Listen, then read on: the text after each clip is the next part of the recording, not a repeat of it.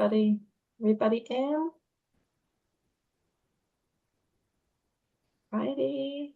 And I see one person connecting. All right. Well, again, welcome. We are just going to wait one more second until everybody can get connected, and then we'll start. And here's Abraham. Terrific. We've got everybody here and accountable. So again, I want to welcome everybody tonight. And this is the Business of Health Career Network's program panel, Healthcare Providers and Delivery. And I want to thank you for joining us this evening for the panel, which is a part of the UNC Center for the Business of Health's Career Networks program. Career Networks is a constellation of resources meant to educate and create community around the continuously evolving healthcare ecosystem. You can explore the CBOH Career Networks platform via the URL that I'll paste in the chat box momentarily. For tonight's panel, we ask that you turn your video on and mute your microphone while not asking questions.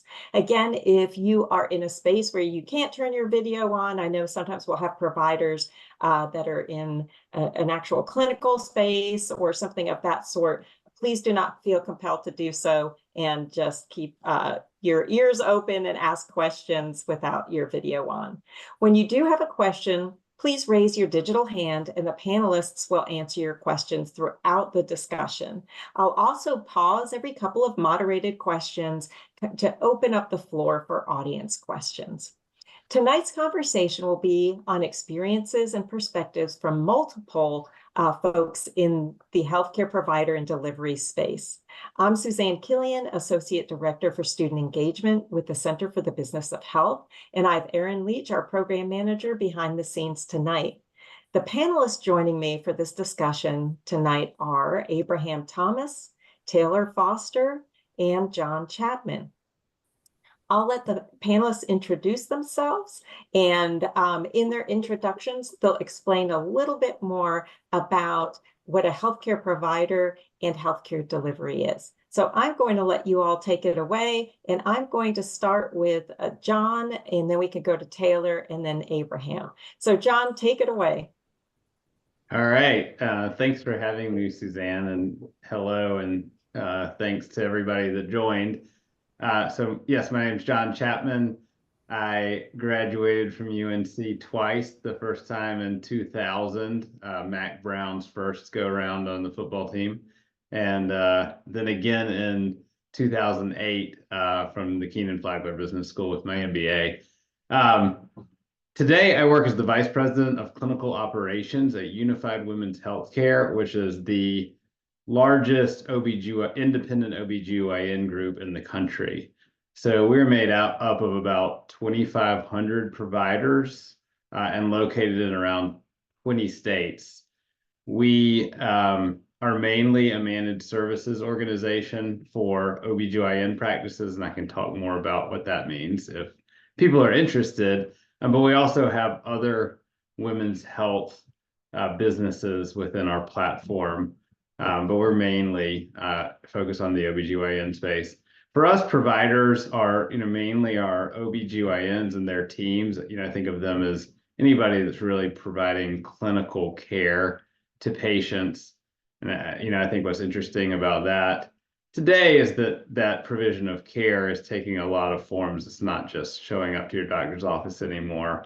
And when we think about care delivery, I think it kind of fits along those same lines. It's, any engagement with the patient to help deliver care. And that looks a lot of different ways than it used to today.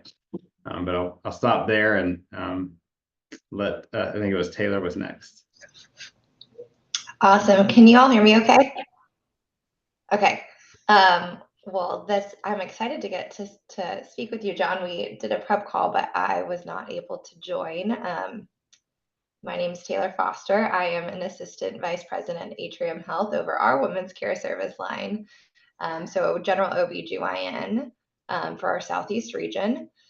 I have to do a disclaimer that I have a 3-month-old and a 3-year-old at home right now. So if they make a guest appearance, I apologize. Prior to this role, which I took on about 10 weeks before I went out on maternity leave, I was in a cardiology space, director of cardiology subspecialties for 4 years with Atrium, as well as Sanger Heart and Vascular Institute. So, I think John nailed it in terms of how we think about delivery. It's the same thing. For us, we've got an inpatient and ambulatory component to our healthcare delivery. And I think about healthcare delivery in the provider space as really any interaction of care. And that looks so different in different spaces, but it can be virtual, it can be on the phone. Now you can have nurse advice chats with your pediatrician, and then certainly the acute care setting or ambulatory setting too. And when I was in your shoes, I was very curious about, like, what does a healthcare administrator actually do? And so that's a fair question if we want to talk about that tonight too. So apologize, kind of all over the place, but by way of background, I graduated from UNC twice as well, from Gilling School of Public Health for my undergrad, and then I was a Keenan Flagler grad in 2019. So I'll stop there and turn it over to Abraham. Thank you, and hopefully you can hear me as well. That's good, because I can't tell when you're wearing one of these headphones.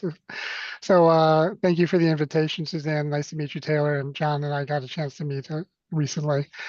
I'll just give you my background quickly. I did my undergrad and medical school at Columbia, so same blue color, or similar color to UNC, and I have a master's in public health from Harvard, and I have not graduated from UNC yet. I'm part of the weekend MBA program and will graduate next October 25. But I've had a long history in healthcare.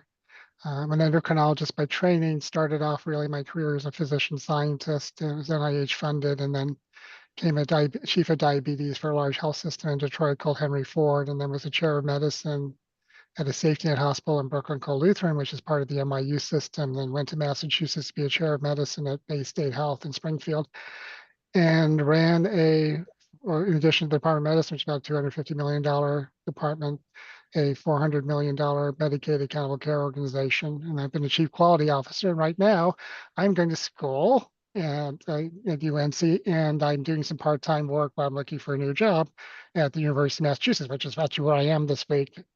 Seeing patients. Just got done with my last one right before this conference.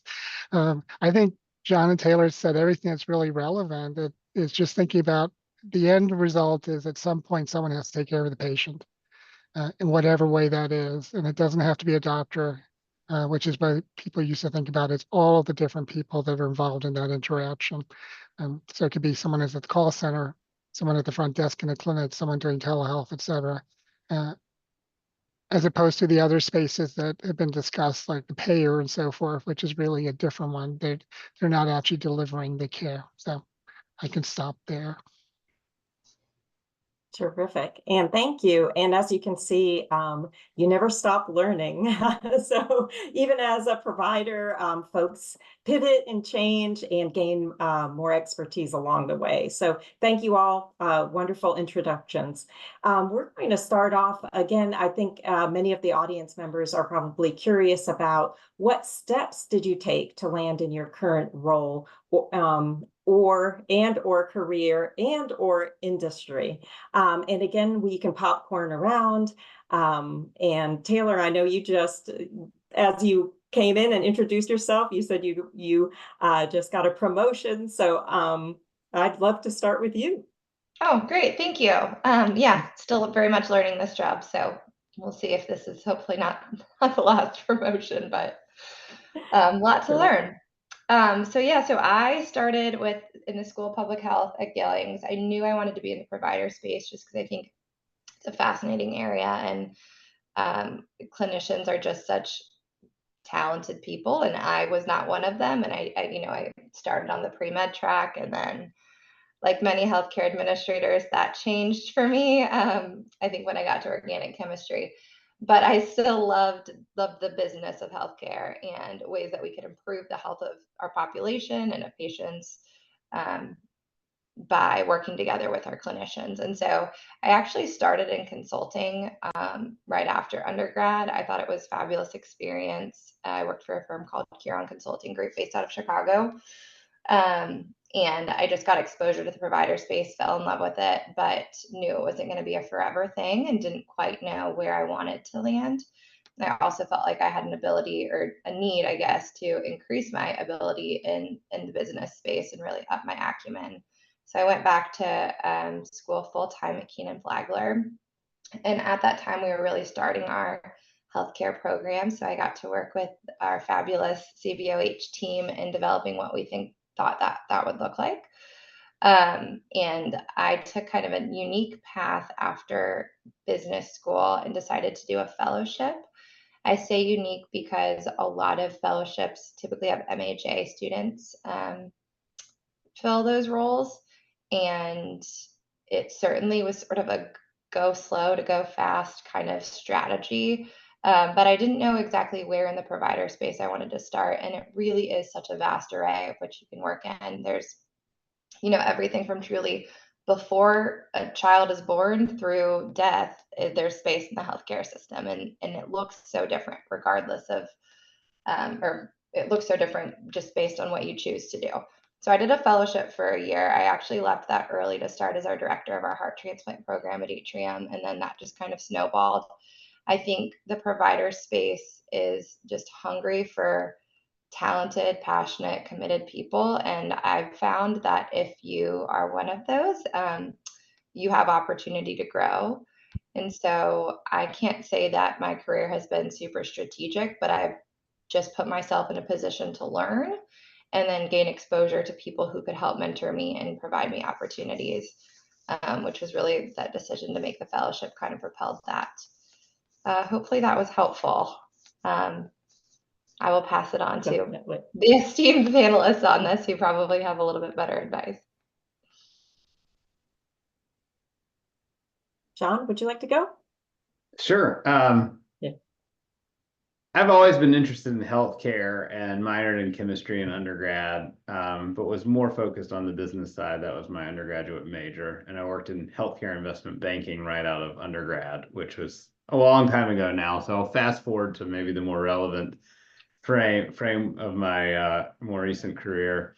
Like I said earlier, I graduated from Keenan Flagler in 2008, and I worked for McKinsey consulting firm for 4 years after that, doing strategy and operations work.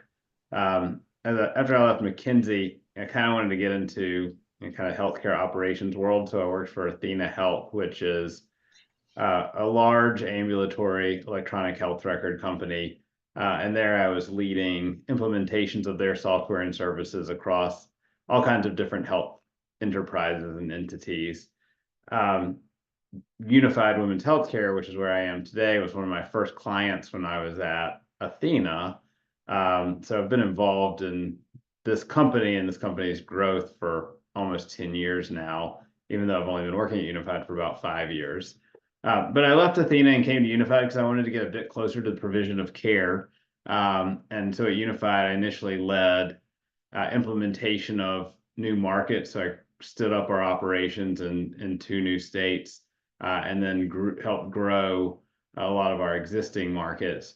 And then for the last 3 years, I've led our clinical operations team, which is really focused on clinic operations. So really helping our OBGYN practices grow, achieve their care goals, and operate efficiently and effectively. Part of that is managing our electronic health record, but we're also really involved in a lot of the other elements of how the clinics work. And I think a lot of the interesting challenges around that are just how we do that at scale, how we make an impact in over 600 practices, but at a really scaled operating level. And I think that kind of ties back to a lot of what I learned in business school. Terrific. And Abraham, round us out. Okay, well, I will say I didn't plan much of any other than going to medical school and eventually becoming an endocrinologist and a researcher. That was all planned to some degree. After that, it's been pretty much her circumstance or happenstance. For example, my move to Detroit to be a chief of endocrine, which is a more administrative role, was not my idea at first. It was my wife's idea, who's from there. So we moved, and then really looking at different roles as time goes on for different opportunities. I never thought I'd come back to New York. So it's a little different than planning it out. But I think I just want to highlight something both John and Taylor did, which is great because they both have gone in these paths. For people looking at healthcare professional roles, the traditional way was you got some type of training, or you may have an advanced degree, you work for a health system or a hospital, and if you do well, you get promoted. I would say that that's changed to some degree. A lot more people have done John's line of being a consultant. You'll read a lot more people who are coming in as CFOs or finance people outside of healthcare, which is not the case in the past. And also doing a fellowship or administrative internship like Taylor did, finding a place that's a good fit culture-wise. And I think the advantage of something like either what John or Taylor did is if you go straight into healthcare, and the way the industry is right now in provider space is there are a lot of layoffs from COVID. And so having skill sets that can go beyond healthcare is helpful, and building the relationship. So, Taylor doing her fellowship makes her much more valuable to her organization than someone who's not done it, and gives opportunities. And that's true. So I know quite a few people who've gone on to do fellowships. We used to have one in several of the places I worked at, and it's a great way of learning different skills. And the consulting world has really moved into healthcare, people doing consulting going directly. So just something to think about as you're going in, because you want to have some marketability. I have friends who've only done healthcare their entire life, and now they're little pivoting and scrambling to find other. One of my best friends is an administrator. She went from healthcare, she's now doing veterinary.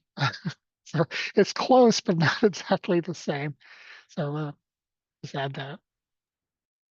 Terrific. Thank you so much. And as the audience can see, there are various routes to many different careers and also many different steps, pivots. So don't ever think that there's just one way on your journey. There are many different journeys that you can take to a fulfilling career. Abraham brought up something very interesting. That's a great segue to our next question. And that would be, what skills, abilities, and experiences do you use regularly in your current role and maybe in your past jobs? And also, which ones do you find most valuable?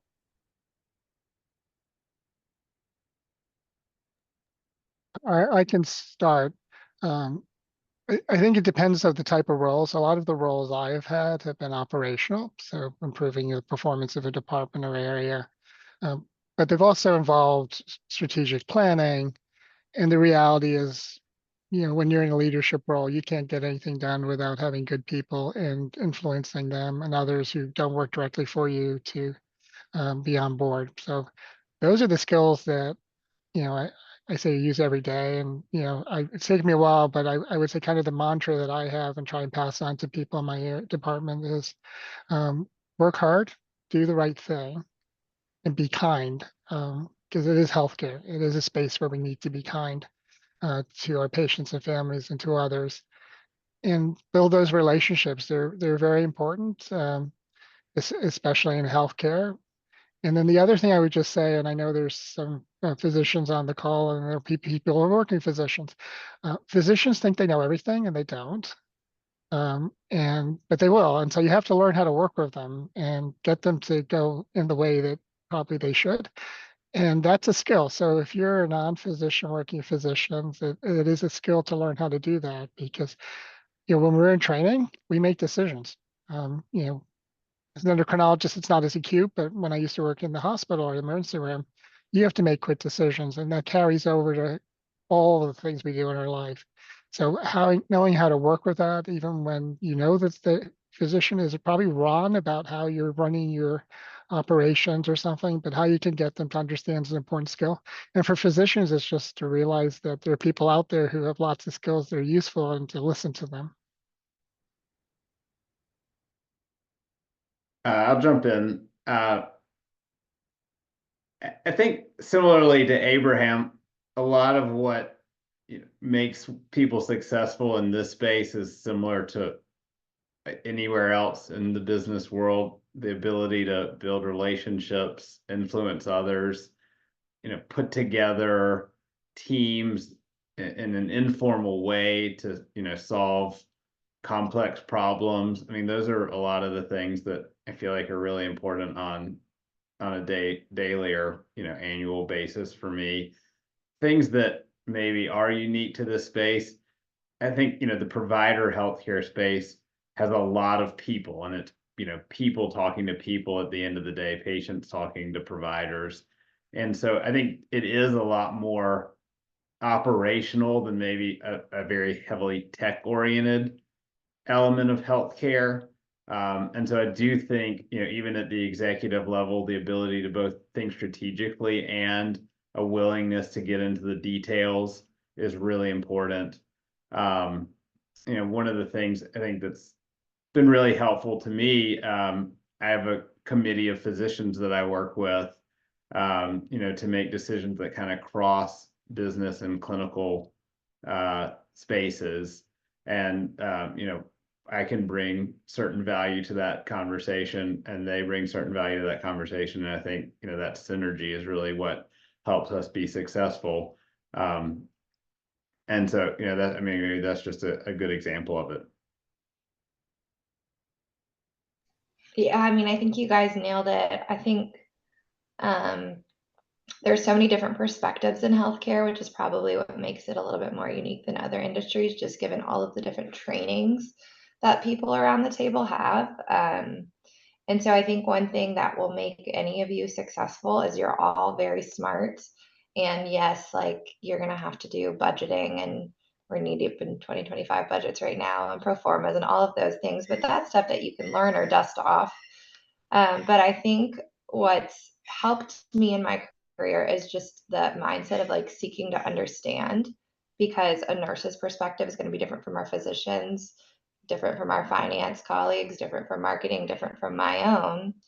And we all have to kind of typically swim in the same direction to be successful in a large organization that's growing rapidly. And so I think understanding the vantage point that each party is bringing to the conversation can help you be more influential in getting, the common ground, getting to achieve the common ground that you're trying to. Because John, I think you said it, both of you said it perfectly. Like, this is a really heavy people business, and your ability to communicate and understand and kind of speak to people's burning platform, I think is so important. So that's what I'd say. Terrific. Thank you. Wonderful responses. And I'm going to open the floor up to questions. Anybody want to raise their digital hand or unmute? And that should bring you kind of to the front of the queue to ask your questions.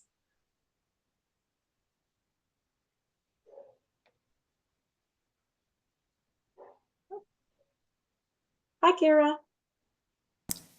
Hello, sorry, I was looking for my digital hand, but having trouble there, so this came off camera here. Thank you all so much for chatting with all of us. Really amazing advice so far already.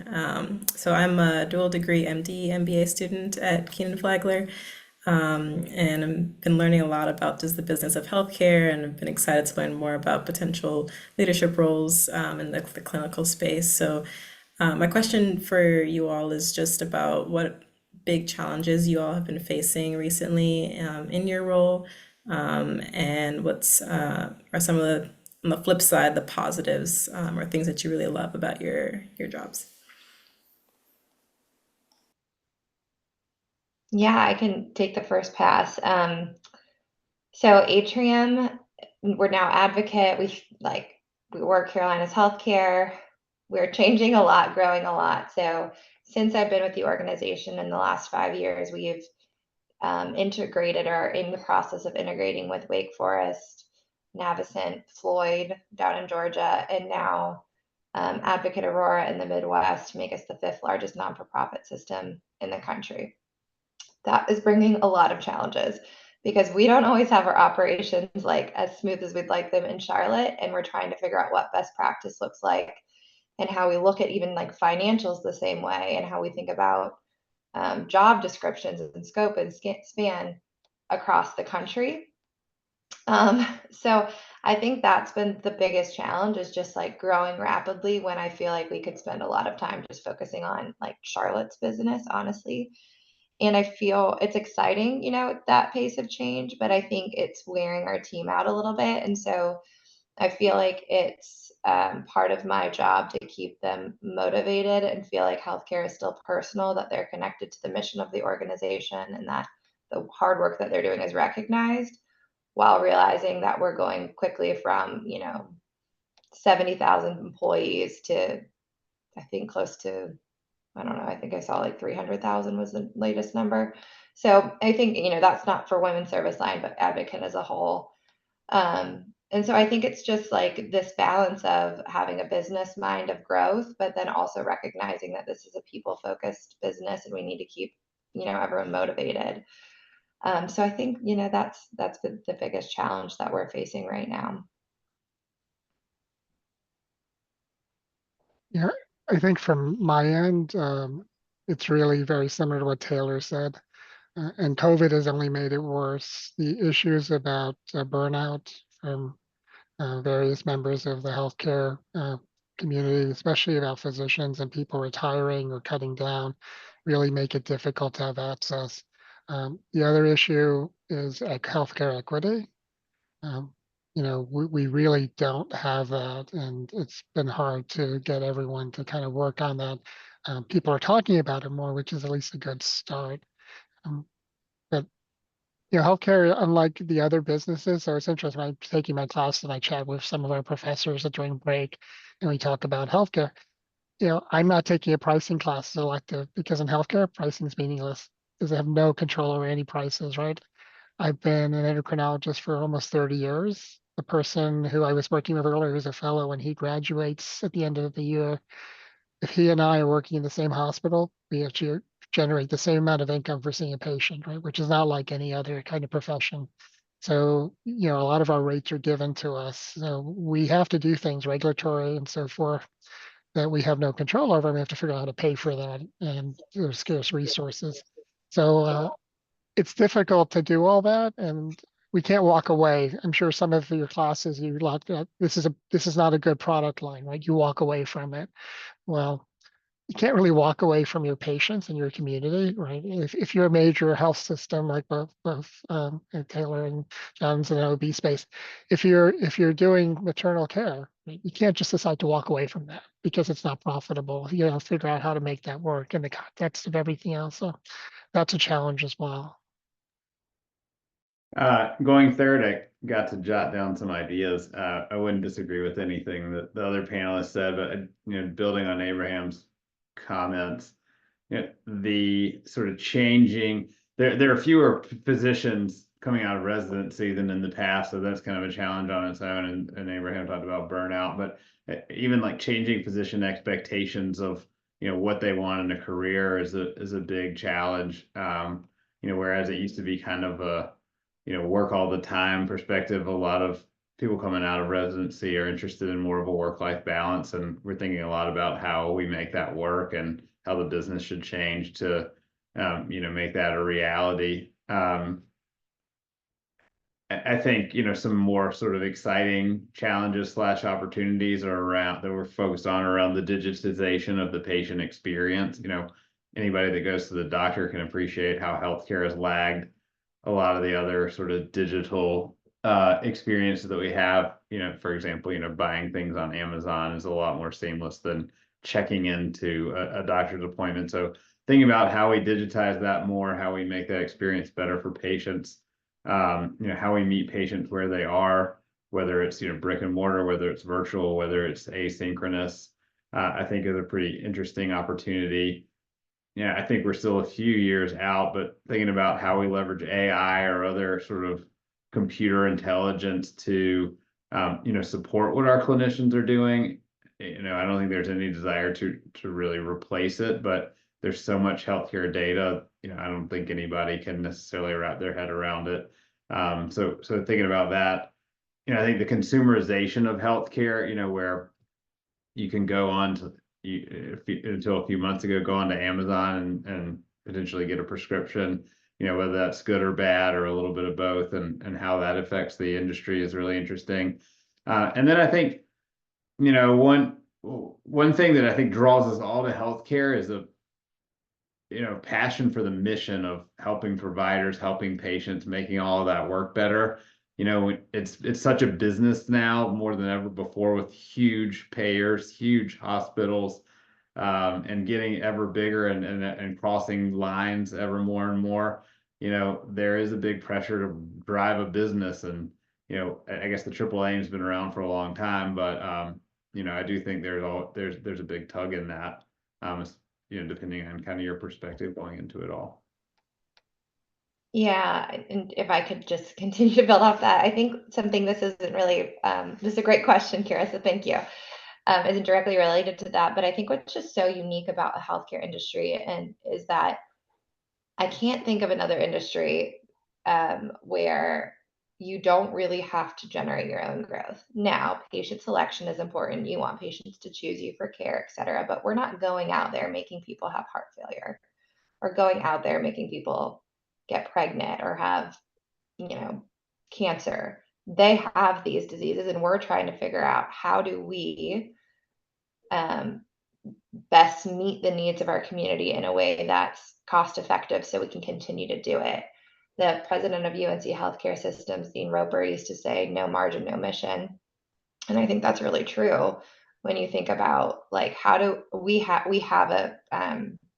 there's a burden out there that we have put ourselves in a position to take on and to try to, address. And we have to do that in a way that's financially makes sense and allows us to continue to grow and continue to invest and, leverage things like technology and AI. But I've always, when I first started working in cardiology, I was like, why are we trying to grow our heart failure business? And it's sort of like, well, that's because people have it. We just need to find them, help them become aware, and then be in a position to treat as many people as we can. And that's where I think health equity comes into play when you start thinking about access to care, rural care, mobile medicine, all of those things that like grow your business. But really, at the end of the day, that growth just means helping more people. Yeah, thank you all. Is it okay if I ask a follow-up question on that? So I went to we had like a healthcare boot camp this past week, and one of our lectures was about the financial incentives within the healthcare system and how they're not necessarily aligned with, generating more health equity within the system or more positive health outcomes for patients. So I'm kind of wondering if you all, in your conversations with other key stakeholders in the healthcare system, like insurance companies or pharma companies, tech, if you're finding some challenges with those conversations, trying to like align those financial incentives with like actual better care for patients and promoting those health equity ideals that you talked about in your missions. I think that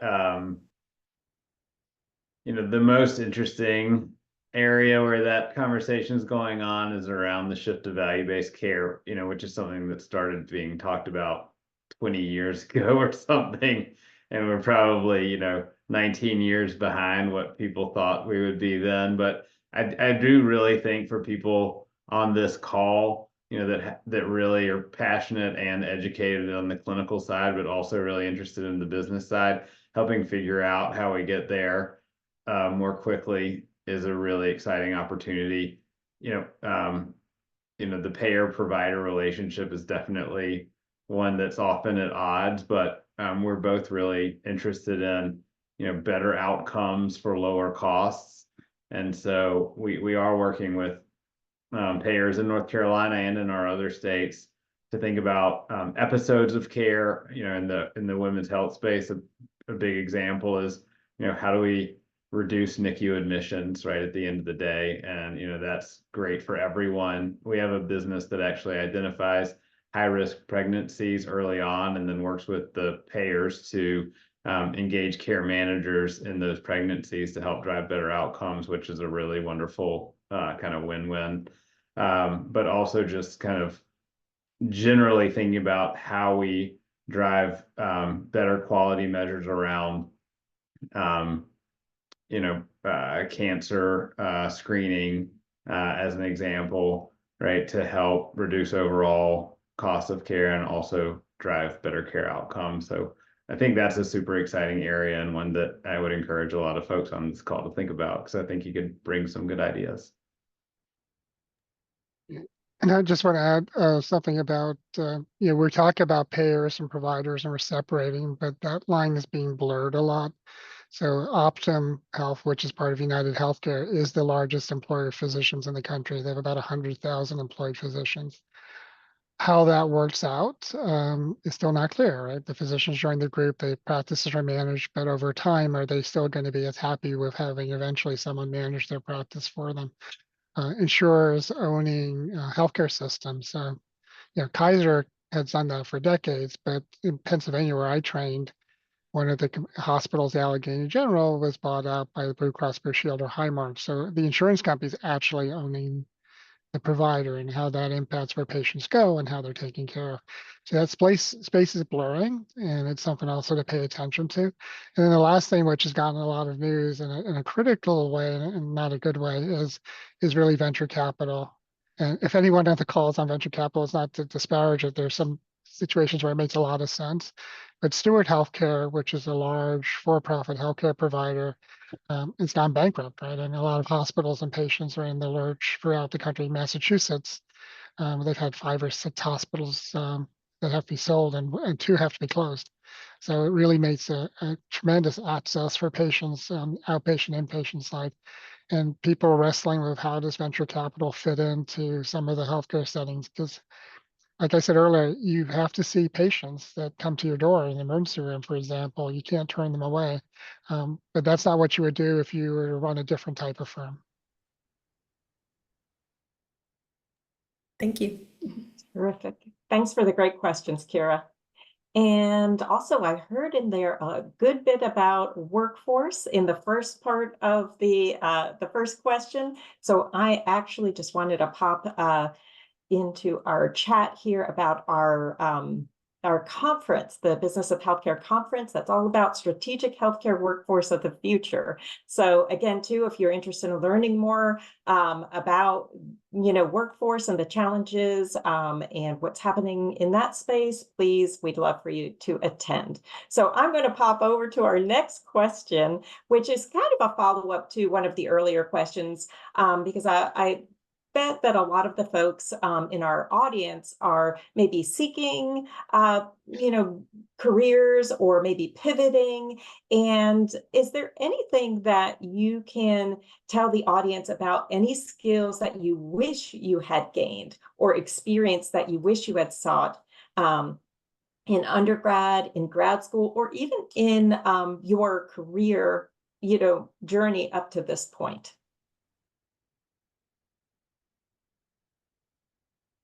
Yeah, I mean, Taylor. I wish that I had, I had an opportunity to work for a payer through an internship. I turned it down, and I regret that because I do think, to both Johnny and Abraham's point, that line is getting blurred. And while we're often put at odds with payers, if you think about it, incentives of lowering the cost of care and keeping people healthy, it's the goals for both of those sectors. And so I think, like, if you get the opportunity to learn more about the payer space, even if you ultimately want to work in the provider space, that's just going to behoove you to do that.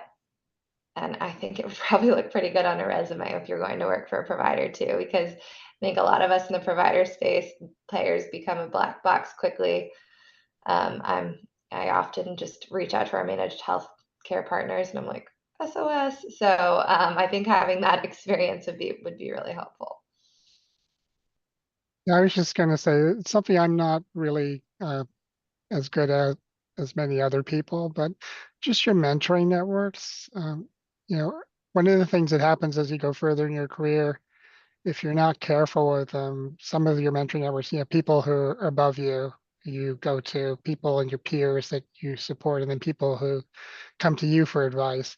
As you go older in your career, the people above you start to retire or unfortunately pass away.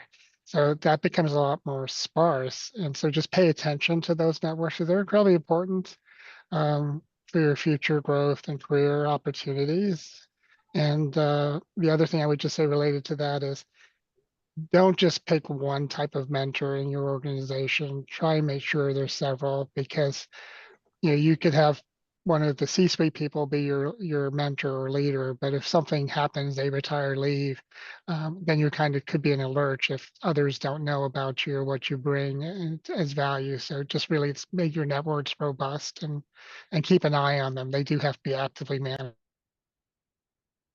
I just have to 100% agree with Taylor. I think getting some sort of experience on the payer side, even if it's something you do while you're in school and it's not, a job, great point there. I'm the one on the panel that doesn't have a specific clinical experience. So I do wish I'd done something clinical, or when I was doing my MBA, kind of MBA and something in the clinical side. And the Center for the Business of Health is doing so much to evolve that. So exciting new stuff for folks that are in school now. But I think you do have to kind of calibrate that depending on where you want to go. But I think some clinical experience would have been interesting and helpful. Again, terrific advice. And I think it's very important too that our audience members and especially the students talk to others that are out there in the field right now, because it's very dynamic, the healthcare ecosystem, and it's ever changing. So to see what might be the new skill sets, the new experiences that might be valuable, and to know that firsthand would be fantastic. So thanks for those great answers. All right. I think a lot of folks might be also interested in, what does your industry or company look for in a candidate? For us, I think it's a commitment to our mission to provide the best health care for all women and to support private practice, the viability of private practice. I think it's also a commitment to service towards providers and patients. I think those are really the two key things. I think people can bring a breadth of more business or clinical experience, but those two elements are the most important. Yeah, I'd agree. I'd also say, I know that this is probably like an overused term, but emotional intelligence can't be underscored enough because it's such a people-heavy business. I think your ability to articulate a vision, communicate confidently, while also being like approachable and agreeable person, I think is really important. You can learn a lot and be taught a lot, but I think if you can't partner with people and collaborate, you're going to struggle in the provider space. So I think one thing I love about the work that I do is the people that I work with and work for, and I think we try to attract that type of people in our organization. And I'm going to say two things. One that's more probably physician centric. A lot more has been emphasized now in the last few years about having an MBA or similar degree than ever before. I don't know that that's actually the right thing to do. And here I am taking an MBA, but because I think there's other things that are really important, and we don't need everyone to do it, but we need people who need to understand housing and urban planning. We need people who need to understand sustainability, because these are all important issues in healthcare and healthcare delivery and equity. So I think on a provider side, thinking about what's that extra training that you need beyond being a provider, but it's really important, I think, to have good clinical skills and learn them. I can go back to seeing patients now because I've always done that, right? Even if there are people who are now abandoning their clinical career to just do administration, and if something changes, they're kind of out of luck to potentially go back.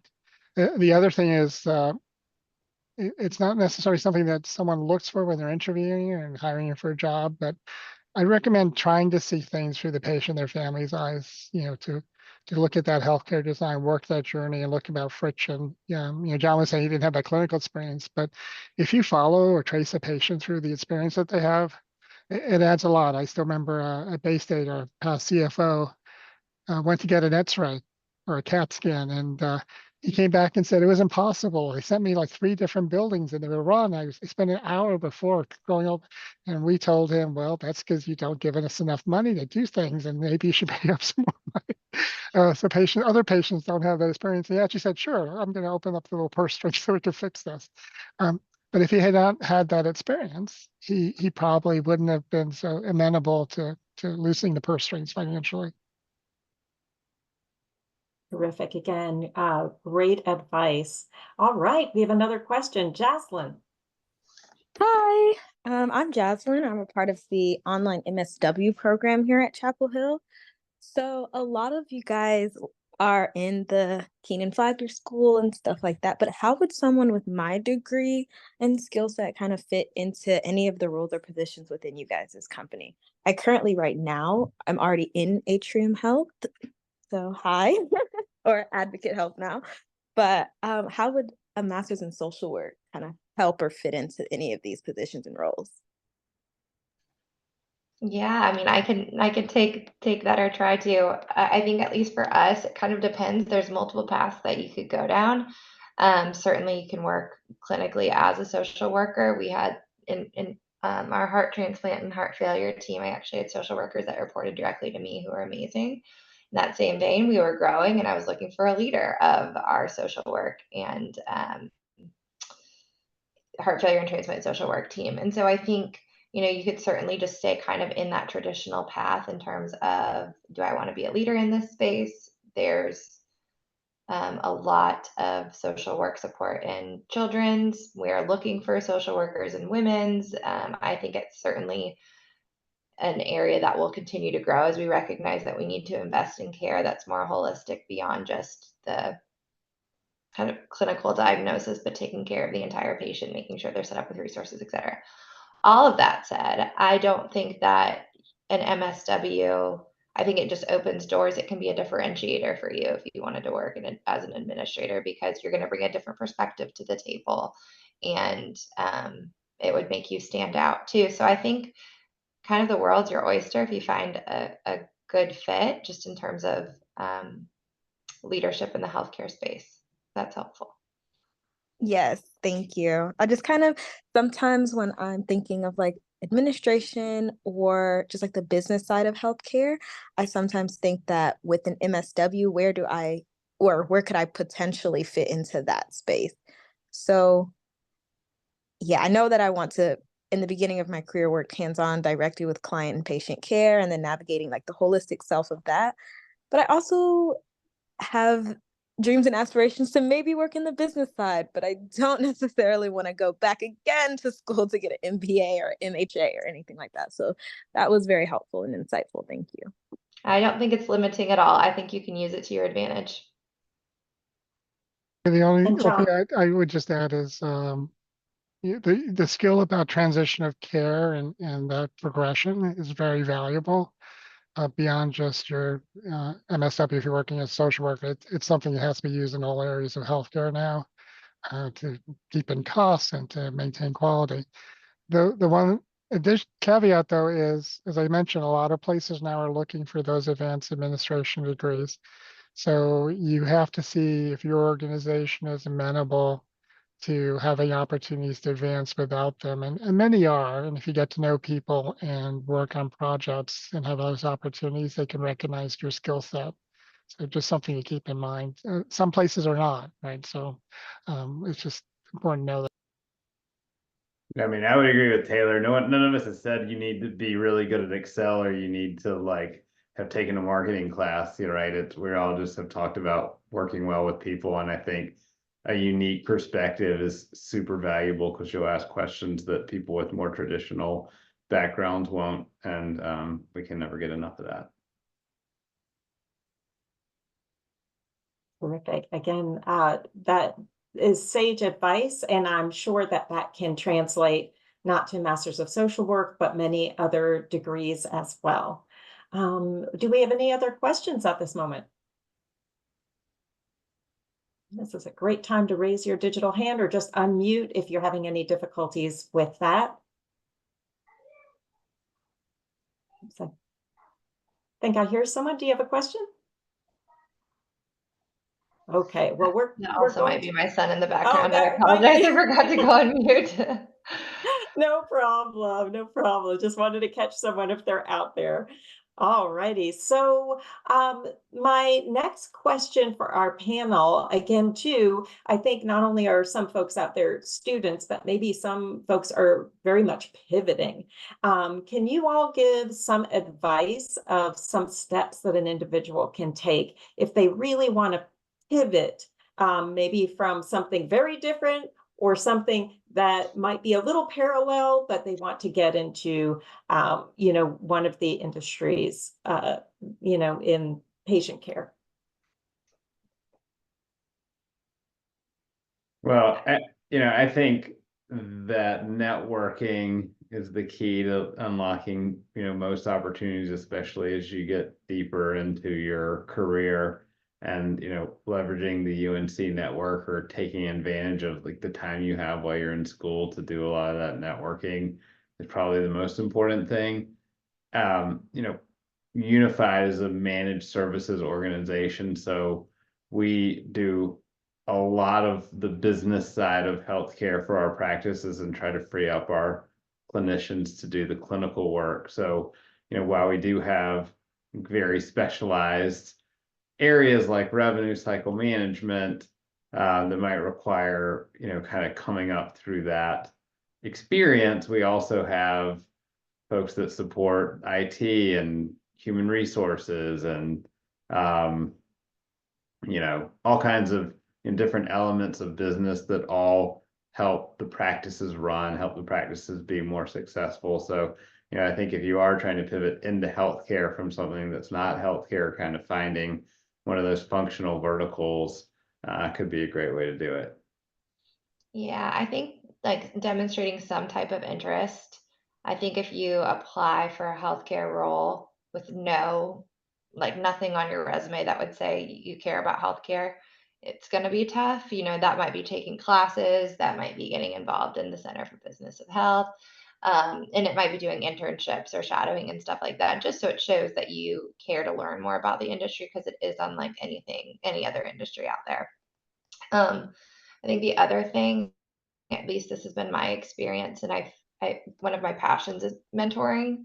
I've benefited from great mentors too, and continue to. But I think sometimes where I've seen like fellows, for example, go wrong coming out of a fellowship is this like need to feel that they're at like a director title or above, or like a manager of this, and at least in our organization we're not great at span of control, so a manager somewhere might have a bigger scope than a director other places. And I think when you get hung up on titles and like where you want to be and when you want to be there, you're limiting yourself. I would think about like, okay, what do I want out of my job? I want to partner with physicians or clinicians. I want there to be growth opportunities, and I want to be exposed to, the ambulatory space with some insight into inpatient. I don't know what it is, but find those factors and then like qualify the jobs that you're seeking based on those versus based on job title. Cause like there's endless growth, and job title it only goes so far, and it doesn't always put you in the best position if that's all you're making your decisions based off of. Yeah, all great advice. I would just say echo, learn something about the space. It is very different. You may use the same skills, but at the end of the day, if you're doing manufacturing, where you go from one type of manufacturing to another, it's the industry's the same, it's the product that's changing. And healthcare is very different, and there's a pace about it and regulations and so forth that may be frustrating to some, maybe actually perfectly fine. But at the end of the day, you're doing good, which is why most of us stay in healthcare, is because we're delivering something that's good for others. So there is that mission behind it, and to me, that's what makes it gratifying. I don't have any experience outside of being in nonprofit healthcare on the provider side, right? So I can't tell you working for-profit or in the other spaces. I mean, I've interfaced with people in those areas. So all my time has really been about serving that mission. Terrific. Thank you so much. And again, thank you for all the plugs for the Center for the Business of Health. It is important. Again, this is just one opportunity that you're here right now, learning a little bit more about the the ecosystem of the business of health. But we also have many events as well. And at the end, I will go ahead and put some links in so that you can go ahead and research that a little bit more. But we just have a few more minutes. And so I think we can round out with our last question, which I always think is pretty fun. But what are some favorite books, online publications that you find valuable to your work or personal growth, healthcare or otherwise?